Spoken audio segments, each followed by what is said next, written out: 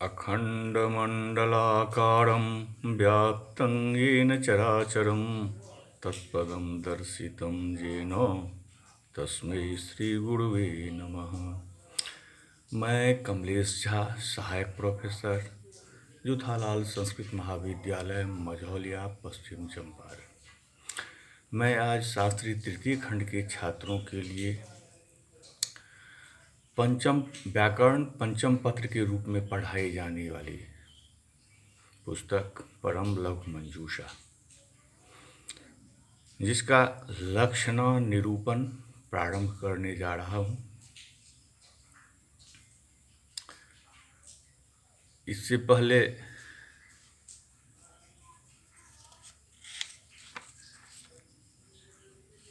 शक्ति निरूपण का पाठ पढ़ाया जा चुका है। अथ लक्षणा निरूपण।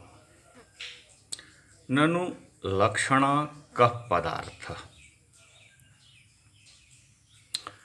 अत्र तार्किका स्वशक्य संबंधो लक्षण सा च द्विधा गौणी शुद्धा च।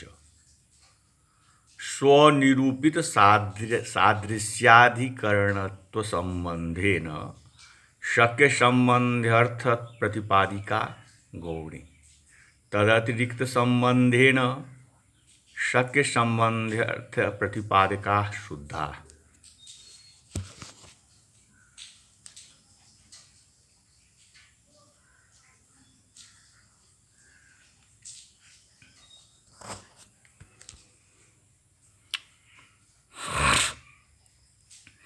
प्रकारांतरेणापि सा द्विविधा अजहत स्वार्था जहत स्वार्था च। स्वार्थ संबलित परार्थाविधायिका अजहत स्वार्था तेन क्षत्रियो जानति कुंतान प्रवेशय यष्टि प्रवेशय काकेभ्यो दधिरक्ष्यताम इत्यादो क्षत्रि सहित सेना कुंतास्त्र सहित पुरुष यष्टि सहित पुरुष काक सहित सर्वदध्युपघातक बोध। स्वार्थ परित्यागेन इतरार्थाविधायिका अन्त्या तत्परित्यागश्च शक्यार्थस्य लक्ष्यार्थान्वयित्वम् तेन गांगबाहिकं पाठयेत्यादो गोसदृशलक्षणायामपि न गोस्तदन्वयी पाठक्रियान्वयित्वम्। अर्थात लक्षणा पदार्थ जिज्ञासायां तार्किक मतं दर्शयितुम् उपक्रमते नन्वित्यादिना। तार्किक मते लक्षणाया स्वरूपं प्रदर्शयति स्वशक्य संबंधो लक्षण इति। अत्र स्वपदेन तस्यैव ग्रहणं यच्च लाक्षणिकत्वेनाभिप्रेतम्।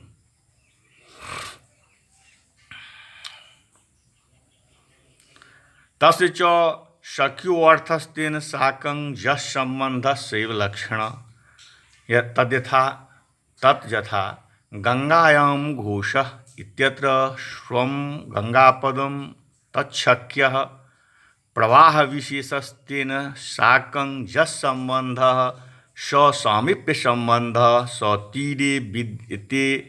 अतो गंगापदस्य तीरे लक्षणं भवतीति लक्षण समन्वयः।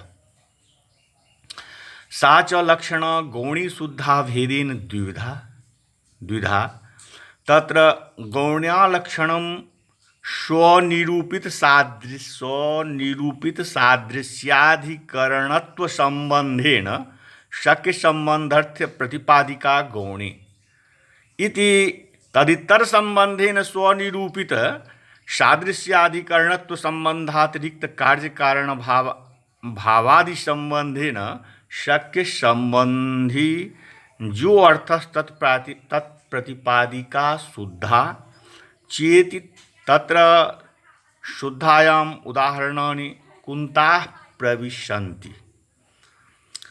अत्र धार्य धारक भाव संबंधः राजासौ गच्छति इत्यत्र स्वस्वामी भाव लक्षण संबंधः। तत्र गौण्याः उदाहरणम् अग्निर्माणवकः इत्यादि। अत्र स्वमग्निपदन्तन्निरूपितं यत् सादृश्यं शुचित्वादि तदाधिकरणत्व संबंधेन स्वशक्यस्याग्नेः स्वनिष्ठ शुचित्ववत्व संबंधी जो अर्थस्तति प्रतिपादिका गौणी लक्षणा विद्यते इति समन्वयः। सा च लक्षणा पुनः प्रकारान्तरेणापि अन्यप्रकारेणापि द्विधा अजहत् स्वार्था जहत् स्वार्था च। तत्र अजहत् स्वार्था या लक्षणं स्वार्थ संबलित परार्थाभिधायिका अजहत् स्वार्था। स्वार्थ संबलित परार्थाभिधायिका अजहत् स्वार्था इति अर्थात स्वनिष्ठ शक्ति निरूपकार्थ निष्ठ विषयता निरूपित विषयताश्रयार्थ विषयकोपस्थित प्रयोजकम। स्वनिष्ठ शक्ति निरूपकार्थ निष्ठ विषयता निरूपित विषयताश्रयार्थ विषयकोपस्थिति प्रयोजकम। अजहत् स्वार्थत्वम इति निष्कृष्ट लक्षणम। नो जहति स्वम अर्थम पदानि यस्यां सा अजहत् स्वार्थेतु व्युत्पत्तिबलात् यत्र वाच्यार्थस्याप्यन्वयो भवेत् तत्र किल अजहत् स्वार्था भवति। यथा क्षत्रिणो यान्तीत्यत्र क्षत्रिषु अक्षत्रिषु च गच्छत्सु क्षत्रिणां बाहुल्यात् क्षत्रिणो जानतीति प्रयोगे अक्षत्रिषु यान क्रियायाः कर्तृस्वान्यथानुपपत्त्या क्षत्रिपद मजहत् स्वार्थ लक्षणया क्षत्रिय अक्षत्रिय उभय बोधकत्वेन क्षत्र सहित सेनायाः बोधः। एवं कुन्ताः प्रविशन्ति इत्यत्र कुन्तानाम् अचेतन पदार्थतया प्रवेशक क्रियाया मन्वया संभवात् अजहत् स्वार्थ लक्षणया कुन्तास्त्र सहित पुरुषाणां बोधः। एवं यष्टि प्रवेश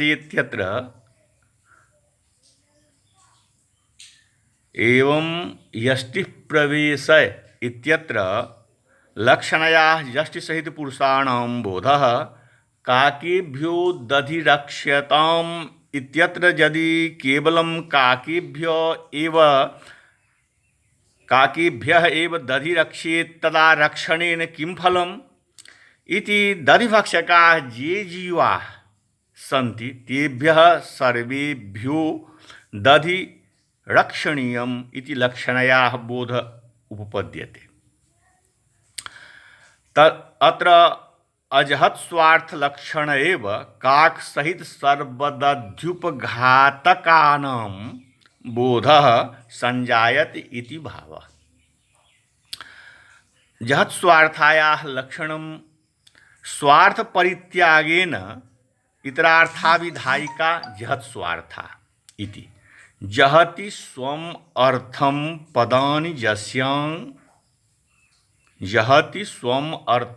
पदानि यस्यां सा जहत् स्वार्था इति व्युत्पत्तेः।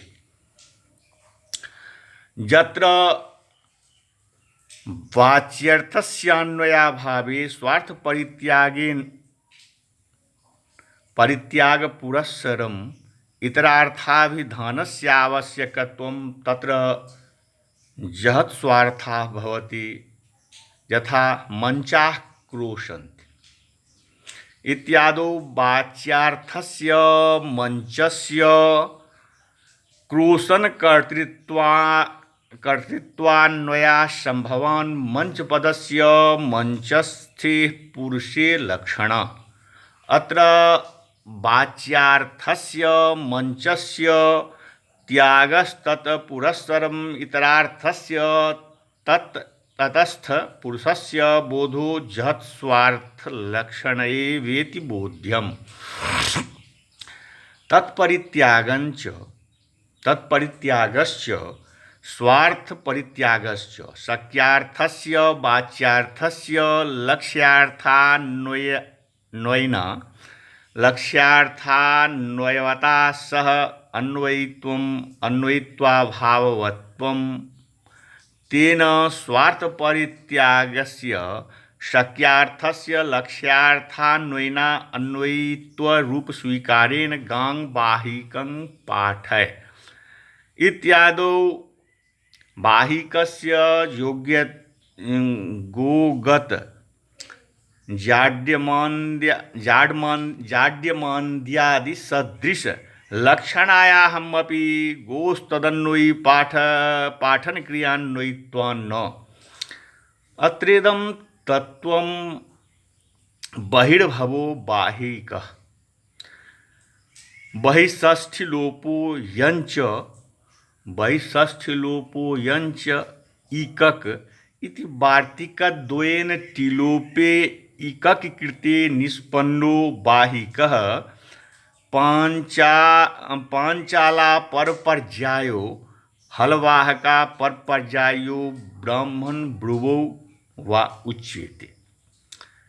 विप्रसंस्कार युक्तोपि नित्यं संध्यादिकंच जह नैमित्तिकंच जो कुर्यात् ब्राह्मण ब्रुव उच्यते।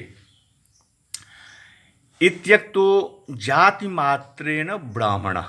अत्र हि बाहिकस्य गोत्वेन निरूपणात् गौणीत्वं गौडबाहिकस्य चान्वयानुपपत्तो गोपदं स्वार्थं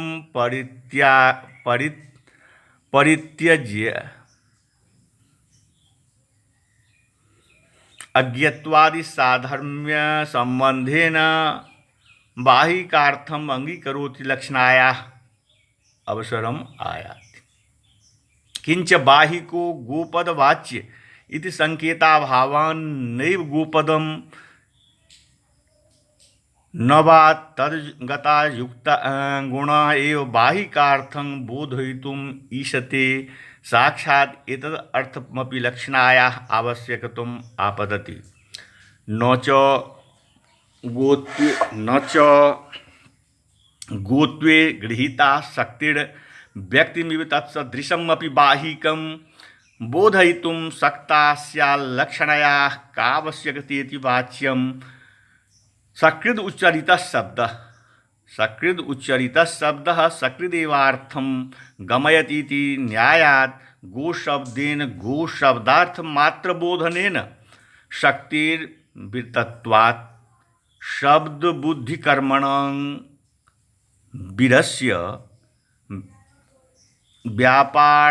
व्यापाराभावः इति न्यायेन विरतायाश्च शक्तिः पुनरुत्थानाभावाद् अन्यार्थबोधनाय तदा आवश्यकत्वात्।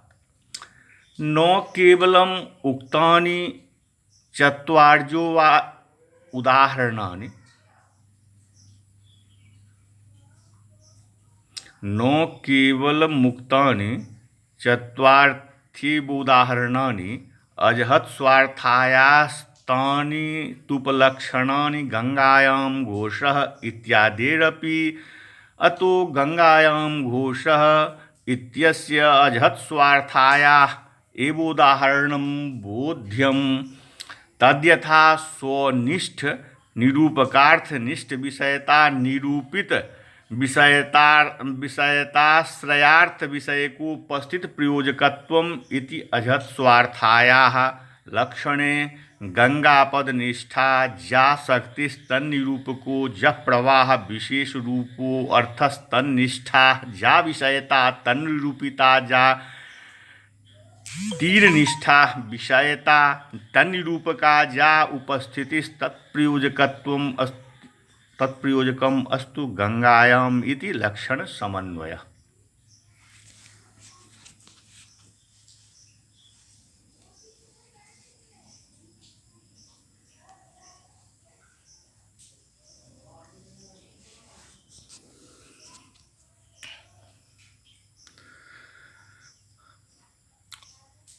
अब इसी बात को हिंदी भाषा के माध्यम से समझ लीजिए। जो शक्ति निरूपण के बाद लक्षणा निरूपण में तार्किक के मत से लक्षणा का लक्षण यह है कि स्वशक्य संबंधो लक्षणा, अर्थात स्वपद से जिसमें लक्षणा करनी हो उसका ग्रहण होता है।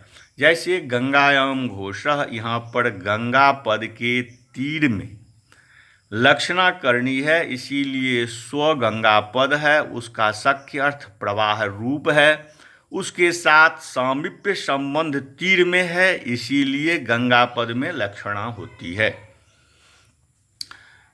वह लक्षणा दो प्रकार की होती है, एक गौणी और दूसरी शुद्धा।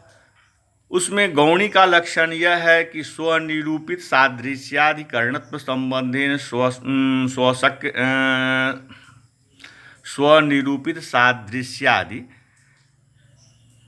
सादृश्याधिकरणत्व संबंधेन शक्य संबंध्यर्थ प्रतिपादिका गौणी, तदितर संबंधेन शक्य संबंध प्रतिपादिका शुद्धा, यह शुद्धा का लक्षण है। अर्थात जो स्वनिरूपित सादृश्य संबंध से शक्य संबंधी अर्थ को बतावे वह गौणी लक्षणा है। जैसे अग्निर्माणवक, यहाँ अग्नि निरूपित जो सादृश्य संबंध शुचित्व अर्थात पवित्रत्व, तेजस्व आदि संबंध है, उस सादृश्य संबंध से शक्य संबंधी जो यह बालक अग्नि के समान तेज वाला यह अर्थ है, उस अर्थ के प्रतिपादन करने वाली गौणी लक्षणा है। सादृश्य संबंध से इतर संबंध अर्थात कार्य कारण भाव लक्षण संबंध, आचाराधेय भाव लक्षण संबंध, स्वस्वामी भाव लक्षण संबंध, अवयवावयवी भाव लक्षण संबंध,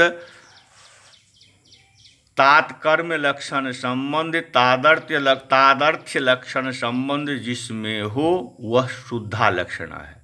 जैसे आयुर्वै घृतम, यहाँ कार्य कारण भाव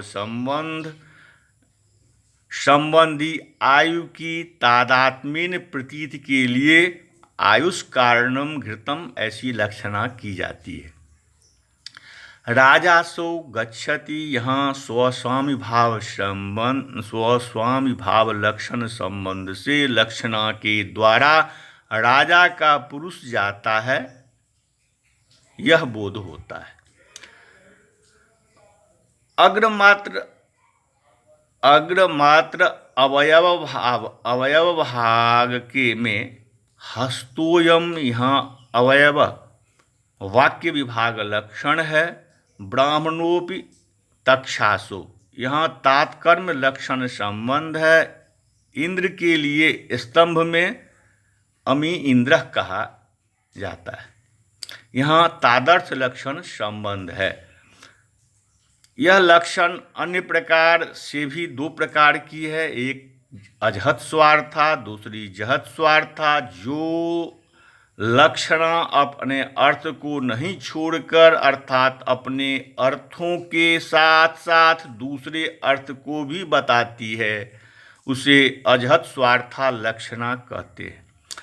और वह जहाँ वाच्यार्थ का भी अन्वय होता है वहाँ होती है, जैसे छत्रिणो जानति, जहाँ छाते वाले बिना छाते वाले दोनों जाते हो किंतु छाते वाले विशेष कर जाते हैं। इस अर्थ को बोध कराने के लिए लक्षणा की जाती है।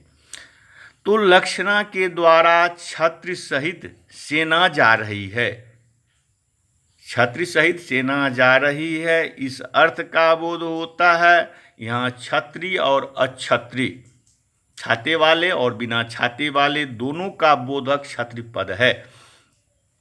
इसी प्रकार कुंतान प्रवेश है, इस वाक्य में अचेतन पदार्थ कुंत अस्त्र का प्रवेशन कार्य असंभव है, इसीलिए अजहत स्वार्था लक्षण से कुंतास्त्र सहित पुरुषों को प्रवेश करावे, इस अर्थ का बोध होता है। उसी प्रकार यष्टि प्रवेश है, इस वाक्य में इस वाक्य में केवल यष्टि का प्रवेशन क्रिया में अन्वय होना असंभव है, इसीलिए लक्षणा का द्वारा यष्टि सहित पुरुषों की प्रवेश करावे, इस अर्थ का बोध होता है। उसी प्रकार काकेभ्यो दधिरक्ष्यताम, इस वाक्य में केवल कौवे से दधि का संरक्षण करना अर्थ प्रतीत होता है, किंतु यदि अन्य जीव आकर खा जाए तो दधि का रक्षण का फल क्या होगा।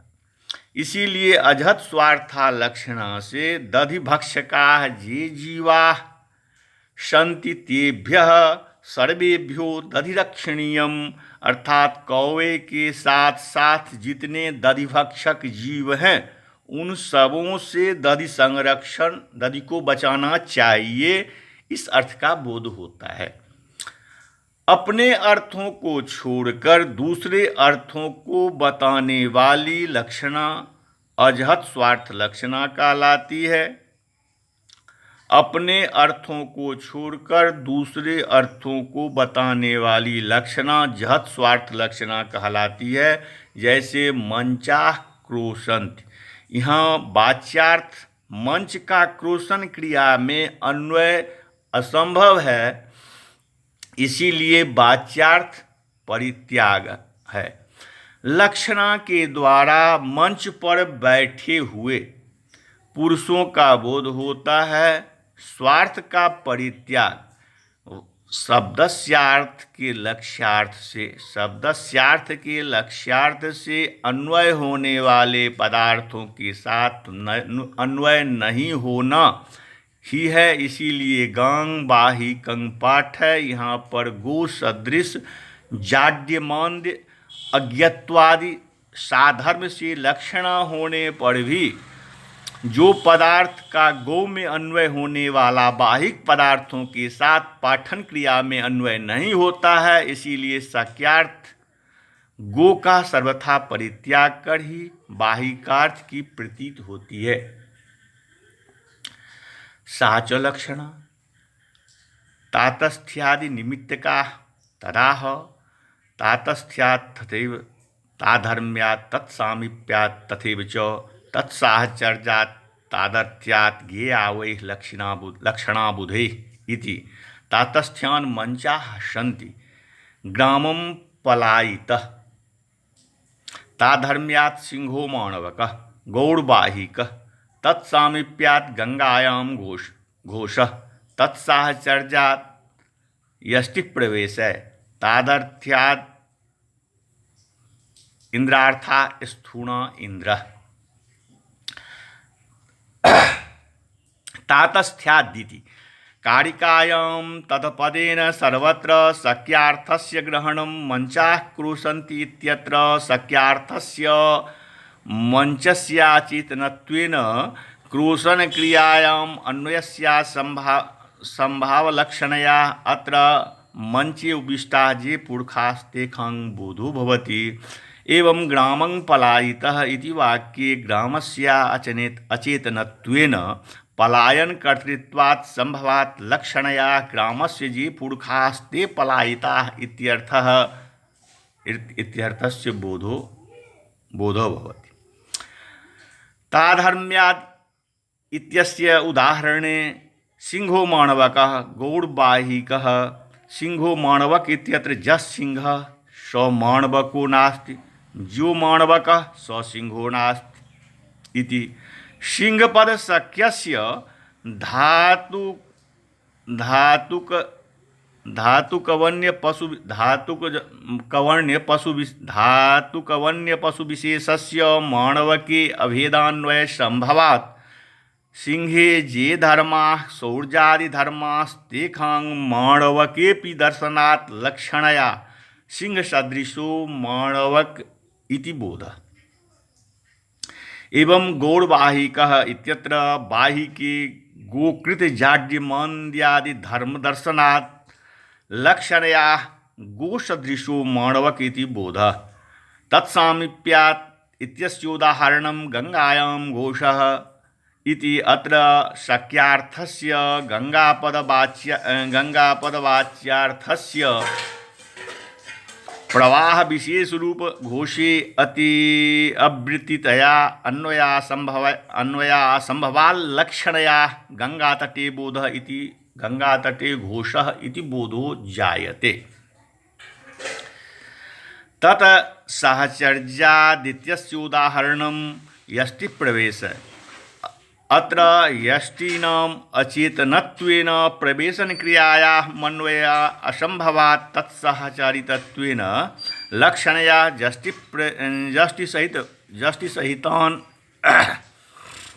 यष्टिसहितान् पुरुषान् प्रवेश इत्यर्थस्य बोधः संजायते। तादर्थ्याद् इत्यस्योदाहरणं स्थूण इन्द्रः इति। अत्र इन्द्रपदस्य स्थूण पदार्थस्तंभेन शाकम अभेदान्वया संभवात् इंद्रोद्देश्यक जागीय पशुबंधनोपकारकत्वेन इंद्रोपकारकत्वे पर्यवसानात् इंद्रोपकारके लक्षणया इंद्रोपकारिका स्थूण इति बोधो भवति। यह वह लक्षण तातस्थ ताधर्म्य तत्सामीप्य तत्साधर्म्य तादर्थ निमित्त से हुआ करती है। जिस शक्यार्थ के क्रिया में स्वतः अन्वय नहीं हो सके किंतु उसमें स्थित पदार्थ लेकर अन्वय हो, वह तातस्थ्य निमित्त है। जैसे मंचा प्रविशन्ति, इस वाक्य में अचेतन शक्य मंच का आह्वान क्रिया का कर्तृत्व सर्वथा असंभव है। इसीलिए मंच पद के मंचस्थ पुरुष में लक्षणा होती है। यहाँ तातस्थ्य निमित्त है तथा ग्राम पलायितः। इस वाक्य में गांव का भागना अर्थ प्रतीत होता है, किंतु गांव तो अचेतन पदार्थ है, किस प्रकार भाग सकता है। इसीलिए लक्षणा तातस्थ्य निमित्त से ग्रामस्य पुरुष में होती है, अर्थात गांव से पुरुष भागता है। गांव भाषी जो पुरुष वो भागता है। जिस सख्यार्थ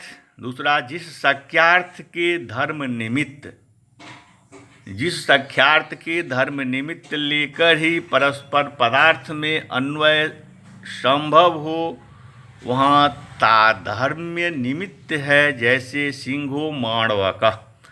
इस वाक्य में सिंह पदार्थ का माणवक में अन्वय सर्वथा असंभव है। इसीलिए सिंह में रहने वाले क्रूरत्वादि धर्म निमित्त लेकर सिंह सदृश में लक्षणा होती है और लक्षणा से गो सदृश माणवक है, इस अर्थ का बोध होता है। यहाँ ताधर्म्य निमित्त है। उसी प्रकार गौड़वाहिकः, यहाँ पर वाहिक अर्थात हलवाहे में गो में रहने वाला जाड्य मान्द्यादि धर्म लेकर गो सदृश वाहिक है। यह अर्थ लक्षणा के द्वारा द्योतित होता है। यहाँ भी ताधर्म्य ही निमित्त है। जिस शक्यार्थ के अन्वय होने से नजदीकी पदार्थ निमित्त हो जाए, वहाँ तत्सामीप्य निमित्त से लक्षणा होती है। जैसे गंगायाम घोषः, यहाँ पर शक्य पदार्थ, शक्य गंगा पदार्थ, प्रवाह विशेष का घोष में अन्वय सर्वथा असंभव है, इसीलिए तत्सामीप्य निमित्त से गंगा तट में लक्षणा होती है। यहाँ तत्सामीप्य निमित्त है अर्थात गंगा के समीप, गंगा के तट पर गौशाला है, घोष घर है, इस अर्थ का बोध होता है। गंगायाम घोष, गंगा के अर्थात गंगा के तट पर घर है, गौशाला है। जिस पदार्थ की लक्षणा में साहचर्य निमित्त हो जाता है वह तत्साहचर्य निमित्त है। जैसे यष्टि प्रवेश है, इस वाक्य में यष्टि का प्रवेशन क्रिया में अचेतन पदार्थ होने के कारण अन्वय होना असंभव है, इसीलिए साहचर्य निमित्त से लक्षणा होती है और लक्षणा के द्वारा यष्टि सहित पुरुषों का प्रवेश करावे, इस अर्थ का बोध होता है। जिसके लिए जो पदार्थ हो वही यदि उसके लिए परस्पर निमित्त हो जाए तो वह तादर्थ निमित्त कहता है। जैसे स्थूणा इंद्र, यहाँ स्थूणा पदार्थ स्तंभ का इंद्र में अन्वय असंभव है, इसीलिए इंद्र के लिए जो यज्ञ में पशुओं का बंधन होता है उसमें स्तंभ उपकारक है, अतः तादर्थ निमित्त लेकर लक्षणा के द्वारा इंद्र के उपकारक स्तंभ यह अर्थ होता है। आज के पाठ को यहीं विराम दिया जाता है। नमस्कार।